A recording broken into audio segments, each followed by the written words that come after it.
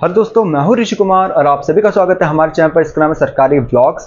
तो आज हम लोग बात करने वाले हैं एसएससी सीजीएल टीयर 2 और टीयर 1 के लिए हम लोगों को जीके की किस तरीके से प्रिपेयर करना चाहिए, उसमें जीके में किसका सबसे ज़्यादा वेटेज होता है, उस चीज़ के बारे में हम लोग बात करेंगे। सबसे पहले हम लोग बात करते हैं टीयर 1। टीयर 1 के लिए अगर आपको क्वालिफाई करना है तो आप स्टैटिक जीके काफ़ी अच्छी तरीके से करके जाओ, क्योंकि टीयर 1 में स्टैटिक जीके सबसे ज़्यादा पूछा जाता है।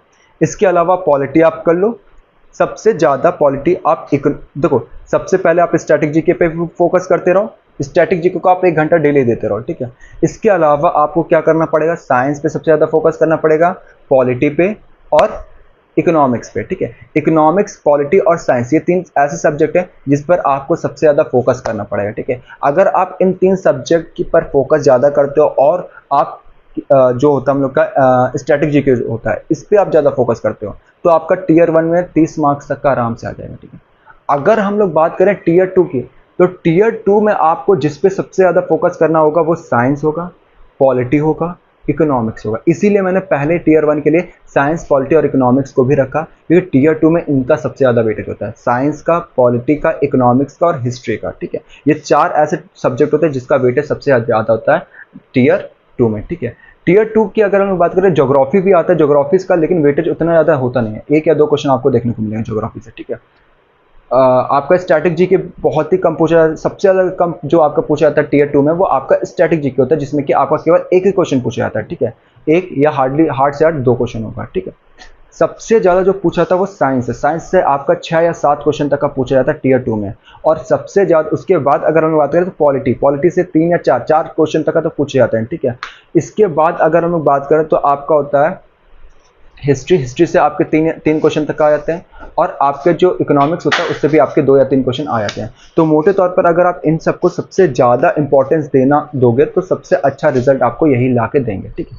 तो कुछ नहीं, तो सबसे ज़्यादा जो आपके लिए होगा आसान, वो होगा इकोनॉमिक्स, पॉलिटी। ये 2 ऐसे सब्जेक्ट हैं जो आपके बहुत ही जल्दी, इसमें आपका सिलेबस भी कम होता है, वेटेज भी इसका काफ़ी अच्छा खासा होता है, और इसको आप आसानी से ख़त्म भी करते हो। तो सबसे पहले शुरुआत किससे करनी है, आपको पॉलिटी से करनी है।